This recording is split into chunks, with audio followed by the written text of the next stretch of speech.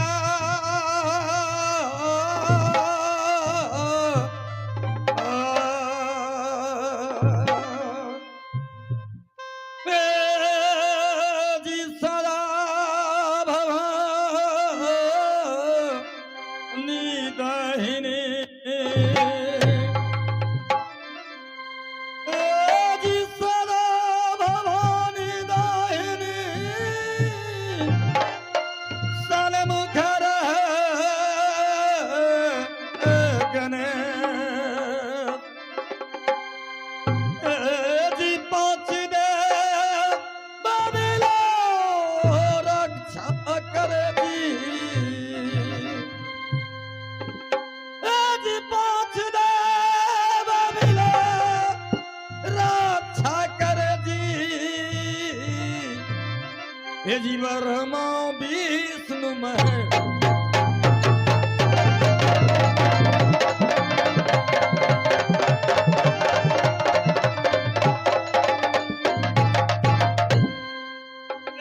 सरस्वती ना सर दिया, जी सरस्वती ना सर दिया,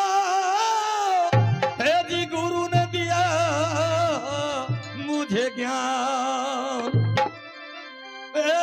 माता पिता ना मुझे जन्म दिया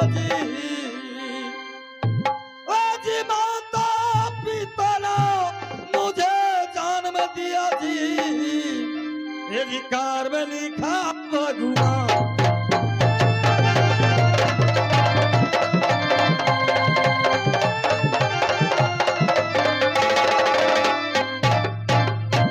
जी सागर में गागर डूबे नहीं,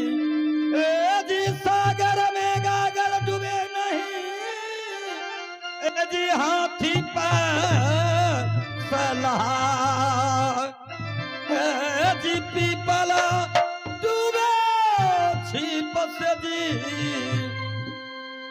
पीपला डूबे छिप से जी हंस पिया चल जा।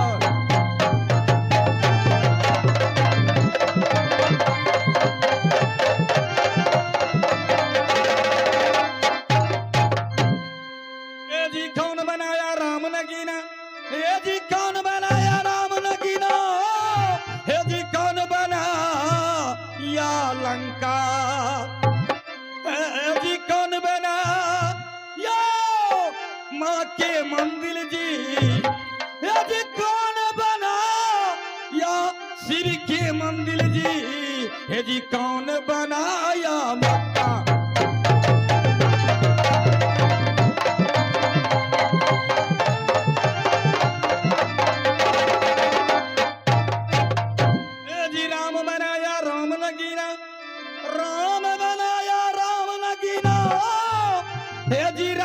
बना या लंका,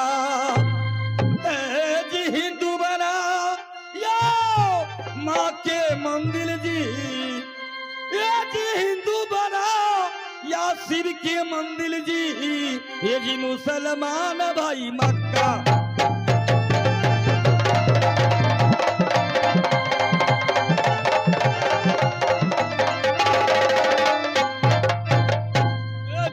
तो दरभंगा है, ए जी जिला तो दरभंगा है, ए जी थाना कुशेश्वर धाम, ए जी पोस्ट गरा मतिल केश्वर है जी, ए जी पोस्ट गरा मतिल केश्वर है जी, ये जी रथुआनी जमकाम।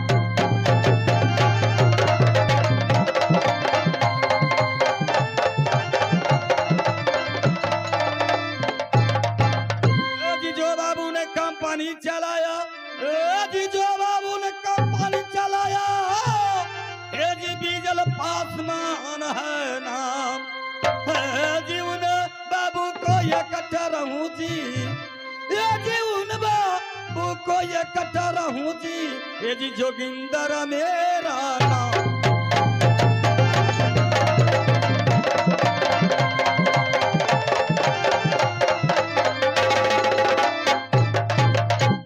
पहले सुमरो दादा गौरी गणेश की, तब हो सुमरा कार्य ओ सोरो सा आती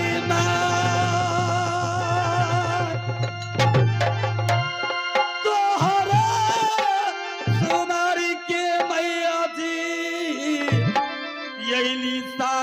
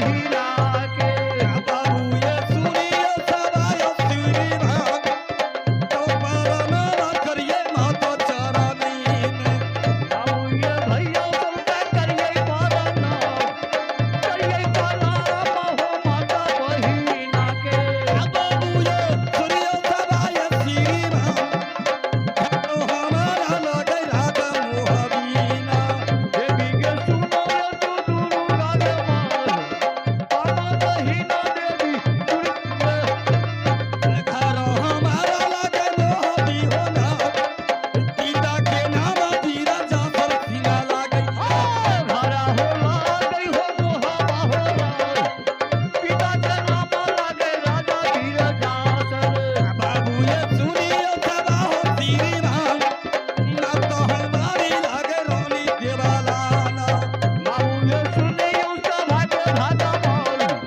माता के नाम लागे रानी देवलाने बाबू ये सुनियो सदा हो श्री भाग मामा के नाम तीरा माहिल सिंह लागैया बाबू ये भैया ये सभा हटैया मामा के नाम लागे मामा हिलाने बाबू ये सुनियो सदा हो श्री भाग भाई मोसे ना लागे बिना माला खाना भैया हो सुनियो सभा के भागा माल भाई मोसे ना लागे बीरा मल खाना ने बाबू ये सुनियो सदा ये सूरी भाग सबका ये भैया बगल उधर सिंह लागैया भैया हो सुनियो सभा के भागा माल भैया के नाम लागे जति रूह दलने बाबू ये सुनियो सदा श्री भाग बेटा के नाम बाबू की हगल लागैया भैया हो सुनियो सभा के भागा माल देवा के पंडित लागे देवा बाबू सुनियो सदा श्री भाग सबका ये बेटा बाबू यामर जीता लागैया भैया हो सुनियो सभा के भागा माल सबका दुलरुआ लागे बेटा अम्मा जीताने हमरे नाम योला बाबू दिगरा बेटा दिगरा हमरा भैया ना हो डरना हो किरना नहीं हो ती अल्लाह के आया दुर्गा के दरबार दिगरा बेटा दिगरा तब सुना के दुर्गा दुर्गा सिंहा के कबीरा आया दुर्गा के दरबार दिगरा बेटा दिगरा मैया दुर्गा दिगरा राम दिगरा दिगरा मोहबी वाला भैया बोली करो परमान यामा बेटा यामा छोरा या बोला करो परमान भाग बता हो यहाँ मधुरा भैया बोली करो परमान चल भाई बढ़िया जो बंगला के या बोला करो परमान बंगला रहिया वो बंगला के बकरा रहिया रुदा बाबू बकरा रहिया भी रया लाला बंगला रहिया वो करे दार बंगला रहिया हो वो बंगला भैया दुर्गा का दरबार जाने जुमाना भले दुर्गा तब सुना के दुर्गा ठैना पिता के वो खबरदार चलो दीवाना मंत्री तुम्हें मालूम नहीं आज हमारे ग्राम और ये ग्राम जो है हमारे ग्राम में माँ काली की मेला लगा हुआ है तुम्हें मालूम नहीं रात दरबार सुनासान लगता है ये स्मशान हरामखोर रात तुम्हें मालूम नहीं आज हमारे दरबार कौर कुटुंब आएंगे दोस्त महीन रिश्तेदार आएंगे हमारे दरबार अगर जिस महाशय जी का अगर हेलो। 5 हाथ दरवाजा है श्री राम जी अगर आप कहाँ भी जहाँ कभी हो स्टेज के पास आने का कृपया करें। मंत्री तुम्हें मालूम नहीं आज हमारे दोस्त नहीं हमारे दरबार आएंगे ये अगर देखेंगे महाराजा इतना बड़ा है लेकिन महाराजा के राज नहीं ना दरवाजे में एक कुर्सी है और ना सिंहासन है तुम्हें मालूम नहीं तुम्हें जो नौकरी करते हो रात फुटानी करते हो रात्रि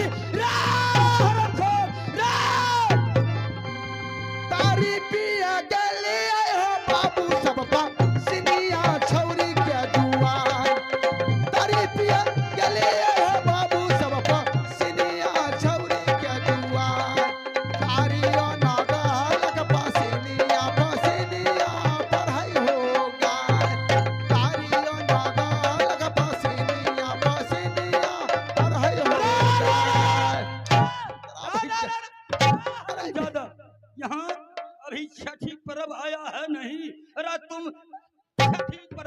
गान और बजान करने के लिए तैयार हो गया। लिया बाप का हुंडी मोबाइल फूट गया। क्या हुआ? क्या लो मोबाइल। क्या लिया रे रे रे? मोबाइल मोबाइल क्या लगता है बिजली कोरा तो मोबाइल फूट जाता है रे। तुम नौकरी करते हो या फूट जानी रे जानी। अरे तोरा नानी रा रा रा रा गाली गाली गाली गई माइयो गे सने गेले बर गई। रा रा रा रा किसको बरगाएगा?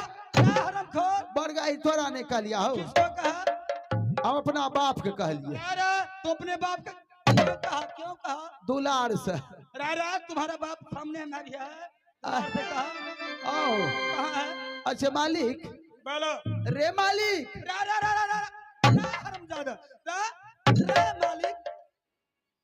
क्या नायक रा समझाइए हो फेंक देबे न बक्सा उठा के देह पर। रा रा रा रा कान बक्सा रा कान बक्सा बाजा वाला करिया आवाज कम छ। रा बाजा वाला मालिक हो बोलो की रे कथिल बोले लो। रा रा रा की रे कथिल कहलो हमरा रे। पहले मारिए ले। रा रा रा रा और मार मार आओ मार मार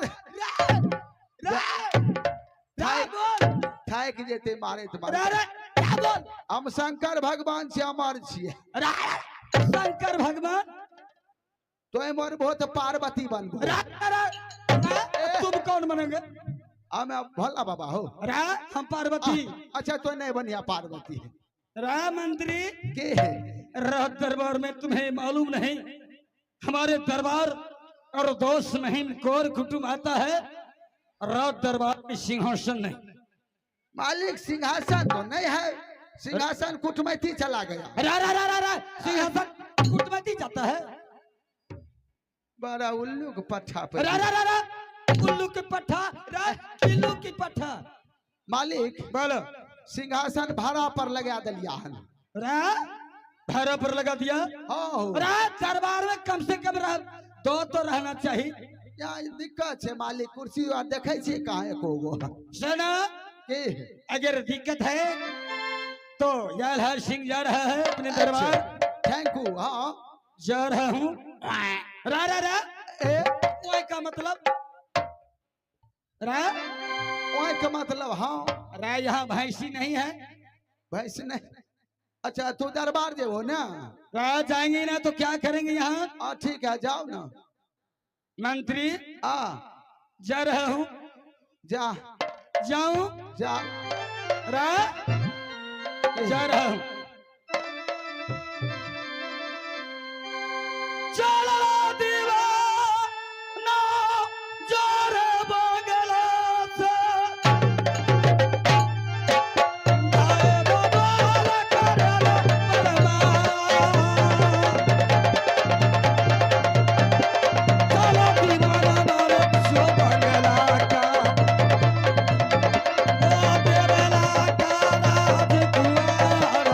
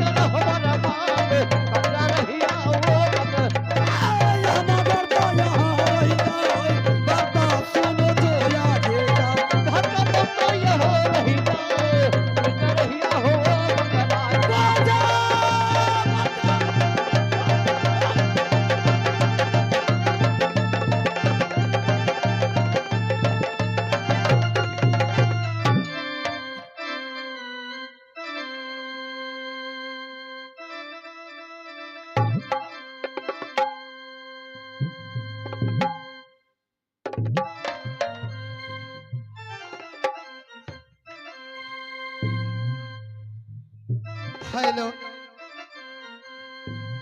hello one hello check hello hello check hello hello hello check hello hello one hello.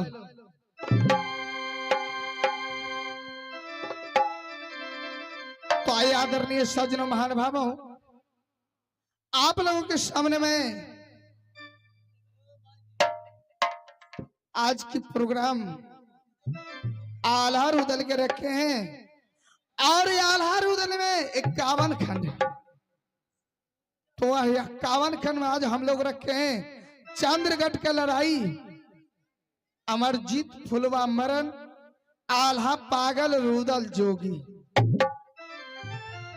आप लोग इसी तरह शांति बना करके बैठे और यह नन्हे मुन्ने कलाकार को काला दे करके आप लोग आशीर्वाद दें।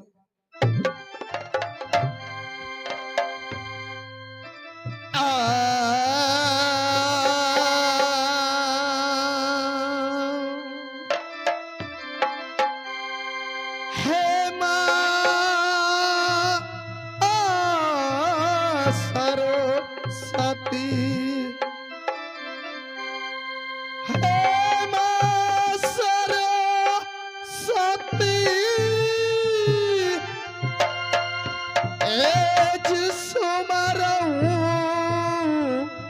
ध्यान लगा